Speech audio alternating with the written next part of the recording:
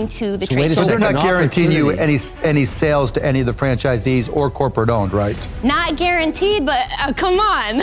Oh, so you mean I know how to sell. Kendra walked into the tank looking for $200,000 for 10% of her honey-based snack bars. Here it is. It comes in these 2 different flavors, and it consists of honey mixed with nuts covered in roasted sunflower kernels. They cost her 81 cents to make, and she says they sell for $2.99 a bar. However, when I went to check on the website, a box of 12 cost $38.95 before tax, putting them around $3.25 a bar. They are on sale right now for $35.95, which puts them closer to $2.91. I'm not sure if it's one of those things where they're always on sale, but they just say it's a sale to make you feel better, or if they just raise their prices or what. And now we have to take a minute to talk about the name. The whole product came about as a healthy snack her mom would make her dad while he was a fighter pilot. Then years later, he tried to recreate the snack, but as Kendra puts it, he made something better. Because of all this, they named it after what her dad would call her mom, which is Honey Bunchy. Now that's adorable and all, but the minute this came on the screen, I just knew the name would be an issue. It's just so close to Honey Bunches. There is just no way they'll grow with that name. And I was right, because they have changed their name to Bon Bee Honey. Now, I don't actually know the full reason they had to change their name, but that would be my guess, especially because this is the reason they have on their website. If you want to read the whole thing, just pause it now. The most important part is in the middle where it says, most recently, our family decided that our gourmet honey bars could use a name that will grow along with them. That's why in April 2023, we became Bon Bee Honey. So, back into the numbers. They'd been in business about 12 years. We don't get lifetime sales, which is really unfortunate because lifetime sales are always way more interesting to hear from companies that have been around longer rather than these companies that have been around 3 years, which is pretty average for this season, but oh well. Their year-to-date sales are $300,000 and they're projecting to end the year at $519,000. Off that, they are profitable, but they'll only be getting $22,000, which again is way better than losing $1 million like a bunch of companies this season. Then we get into her projections for next year, which she says are between $2.2 and $4.2 million. What? Such a large jump. What's going to happen? She lets us know there are 5 major reasons why they're projecting these numbers. Number 1, 7-Eleven. Number 2, they'll have 3 nationwide distributors. 3, a nationwide retailer who'll be selling them by the box instead of by the bar. 4, the anticipated growth from online because of the first 3 reasons. And number 5, a private label client who is partly owned by 2 world-known athletes. So then, Barbara and Kevin try to clarify if these are actual orders or if they're just in talks. Right? Actually, 7-Eleven is happening. Okay. Is a purchase order in hand? And that's half of the as close estimate? as you're going to get to a purchase order in hand. We find out what it is the opportunity to participate in 7-Eleven's annual trade show, which gives them the opportunity to maybe get into the 85,000 stores. Of course, the Sharks point out that she's still going to have to convince store by store and region by region to buy into her product. I don't think it'll be that difficult. We'll be at a trade show. All of them will be there in 2 days. I felt that way many times in life. With that, let's dive into the Sharks. Mark thinks it's a great product, but says the energy/candy bar business is super competitive. He thinks he'd have to put in a lot of cash before he finally got a return on his investment, so he's out. Lori loves the story of Kendra's parents, but lets us all know she just doesn't like honey, and she has to be passionate about the things she invests in, so she's out. Barbara says that she's a huge optimist, which is great in helping with sales, but is also a weakness and calls out her extreme projection of sales for next year. And because Barbara doesn't have the same belief in the numbers, she's out. Damon points out how family businesses can be tough for an investor because it's hard to come in and disrupt the existing structure and dynamics, and because of that, he goes out. And as usual, all roads lead back to Mr. Wonderful, who thinks the amount of work ahead of her and her valuation are astronomical. She tries to get Kevin to give her a counteroffer, but he's just not about it. Then she gives us her final plea, talking about how much it means to her and how much it means to their customers who love them.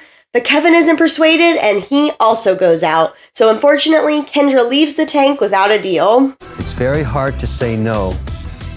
I thought somebody was going to cave and say yes, and I was afraid it was going to be me. It's very hard to say The no. optimism, as you said, Barbara, is challenging because everything she said she didn't actually technically have. Well, she believed it, no doubt. Final thoughts. This is another product that I would have more strong opinions on if they had given us a clearer picture of the lifetime sales. Of course, I'm thrilled to see any amount of profit instead of loss from a Shark Tank pitch, but when they've been in business going on 12 years, it just makes you, or at least it makes me, want to know more about the profit and loss over that time. I also just agree with what the majority of the sharks had to say. Not Lori, though, because I cannot imagine not liking honey. That was almost as shocking as the next year projections. I'd also just love to know the full story on changing their name, but that's just because I'm nosy.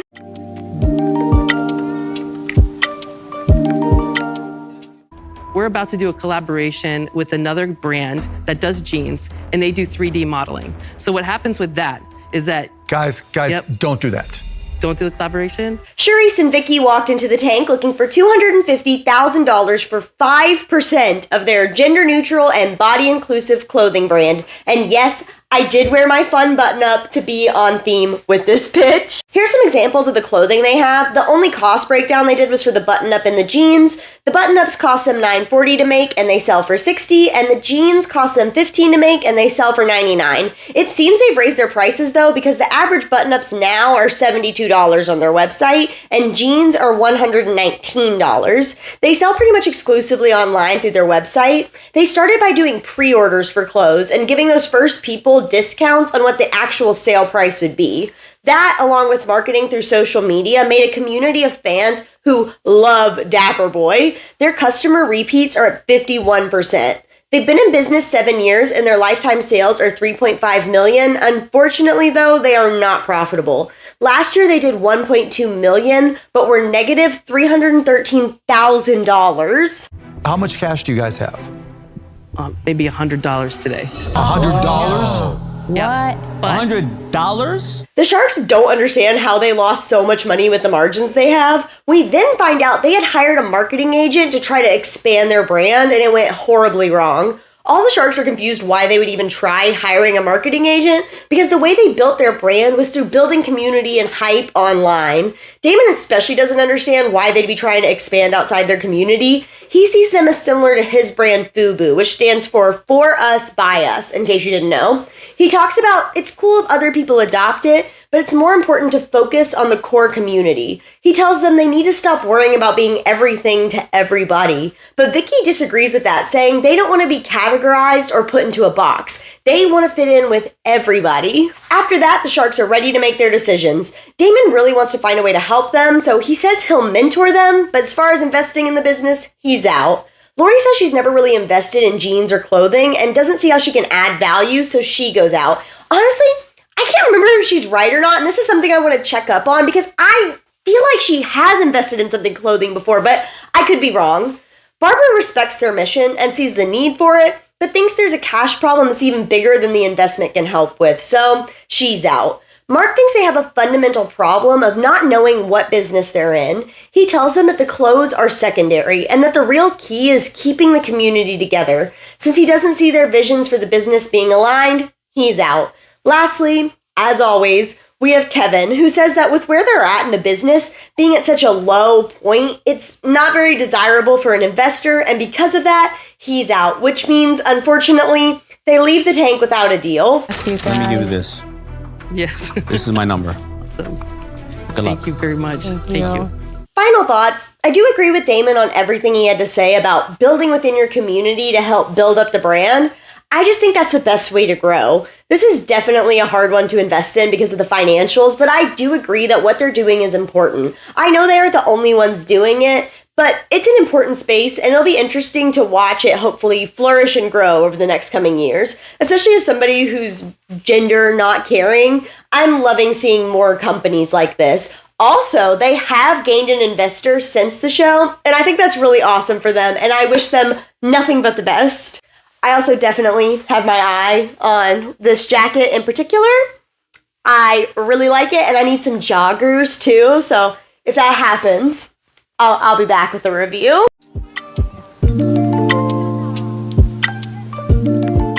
I am going to be the next big toy brand in America. Aha! Kayla walked into the tank looking for $150,000 for 10% of her portable dollhouses. Here it is. So how it works is everything is inside of this little metal lunchbox tin. The tin itself acts as the dollhouse. The floors are magnetic, and the standard case comes with 2 different floorings that have attached wooden furniture pieces. The standard case also comes with 12 wooden magnetic accessories, but the dolls are sold separately. Something that's kind of weird to me are they have 6 dolls, but there are only 3 of them that you can buy separately. So 3 of them you can only get if you buy their little 6-pack. Super random, but I thought that was super weird. Into some numbers. Landed, they cost her $13 to make. On the show, she said they sell for $49.99, but on the website, they're $48 for the standard case. In 2021, she started this business like a lot of businesses in recent times through Kickstarter. Her goal was $25,000 and she ended up raising $30,000. 2021, they ended the year at $170,000 in sales, but they didn't tell us whether or not it was profitable or not. Then we get into year-to-date sales, and we find out she had some issues at the beginning of the year with someone wanting to place an order, but not telling her how much they were going to order. But she needed to go ahead and get the inventory ordered before they ended up telling her how much they were going to buy, and she ended up buying $5,000 worth of inventory, and then they only ended up purchasing a few hundred cases from her. So, year to date, her sales are at $55,000, but she projects they'll end the year at $400,000. Now, if you're confused why all this goes together, that's fair, because I still kind of am too. I think maybe she was holding buying inventory because of these people, which slowed her sales, but it was not clearly stated in my opinion. Also, because of all of this, she has one other investor. They put in $85,000 to fund inventory and shipping for 10% of the company. Time for the sharks. Damon doesn't understand the vision for growth in the company, and because of that, he's out. Kevin, I'm just gonna play Kevin's. Kayla, this is very admirable what you've done, okay? Thank you. I'm out. This is not a business for me.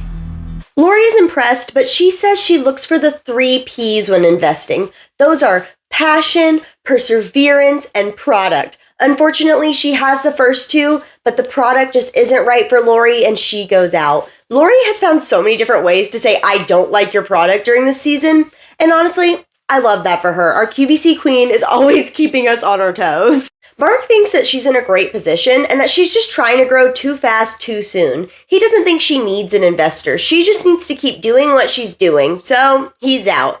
Barbara gets really emotional and tells a story about how her mom made them similar toys to play with growing up by cutting things out of Sears' catalog, but that doesn't mean she's going to be soft. She decides she's going to make a greedy deal of $150,000 for 30% and a $5 royalty per unit until she's paid back her initial investment. That's outrageous. Barbara. Kevin, how can you make an offer like that, Kevin? Oh, my goodness.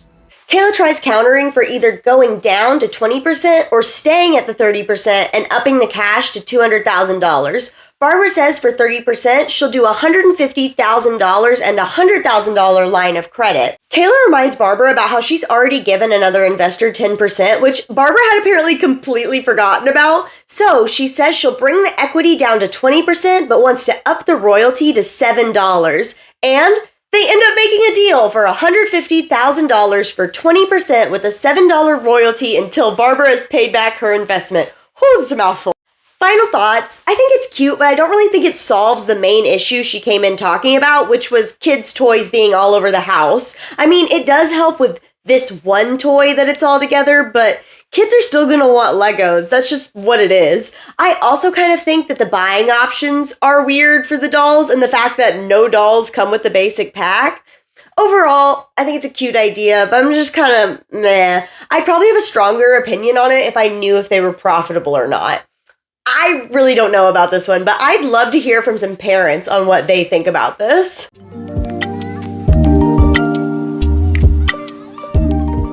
Hot. It's very, very hot. And then there's habanero. Hector walked into the tank looking for $500,000 for 5% of his cactus-based food brand. Here's an array of some of the products, and it all started with his mom's hot sauce. Hector grew up with his family in Mexico, but he eventually moved to California, and his mom would ship him her hot sauce to give him a little taste of home. He then shared it with his friends, and everyone loved it, and thus, Tia Lupita was born. They sell on their website and in bigger retail spaces like Whole Foods, Sprouts, and even Walmart. they have since expanded the hot sauce into tortillas, chips, and salsa matcha, which is not pictured here. Time for some numbers. The only product they talked about the cost of is their sea salt cactus grain-free tortilla chips, which cost them $1.50 to make, and they said sell between $3.99 and $4.99. However, when I went to their website, they're $11.99 for a 2-pack, making them almost $6 a bag, and that's before tax. They started the business in 2019, but the first year they gave us sales for was 2020, where they made $900,000. Then in 2021, they did $1.5 million, and in 2022, they were projecting $4 million in sales. Are you profitable? Last month was our first profitable month. Congratulations. Yes, thank you so much. Before they had their first profitable month, they lost $700,000 in 2020, and in 2021, they lost $1.2 million. They said the loss was due to slotting fees. Also, like so many businesses this season, the Sharks won't be their first investors. So far, they've raised $1.9 million, and during filming, they were doing a full seed investing round. He does still own 65% and put in $700,000 of his own money. Let's dive into the Sharks. Damon informs us he doesn't like Mexican food, which, at the beginning of Hector's pitch, he said, "Raise your hand if you like tacos," and Damon did not raise his hand. I was shocked. Because of this, he says he doesn't think he'd have the passion to really help Victor, so he's out. Barbara says his business is going to be a long and cash-rich journey, and for those reasons, she's out. Lori is concerned about the debt and everything they've got going on financially, and finally, she gives us a normal reason for going out. As usual, all roads lead back to Mr. Wonderful. I've heard that so many times. Unfortunately, so have we. Kevin says he's been on the search for a grain-free product for Chef Wonderful because eating healthy is his new shtick nowadays. He says this is one of the best he's tasted, but the numbers are tough. He feels like Hector asked for too much, but decides to make him an offer anyway of $500,000 in debt for 36 months at 12.5% interest, and he wants 10% of the company. Hector is concerned about doubling the equity, and Kevin talks about the risks involved and the fact that if he chooses to invest in this, it prevents him from investing in anything else like it. This would be his deal in the space. He also says he's not getting out of bed for 5%, which has been said by so many of the Sharks this season, so I hope that next year's businesses are taking note.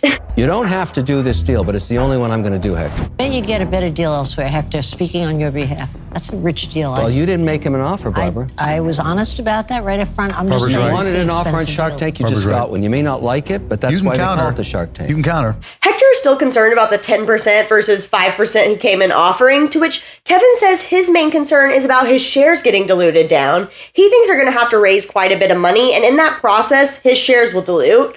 Hector counters $500,000 for 7.5%, which Kevin immediately shuts down because it doesn't meet any of his concerns. Hector just isn't sure if this is the right deal for him at the moment, but you can tell Kevin wants to make a deal happen. I'm different than any investor you have. He's more arrogant. Kevin says he's not flexible, but Hector tries again to see if there's any flexibility with the equity. $500,000, I cry like a baby when I lose $500,000. I get on my knees and I And it I break happens a down. lot.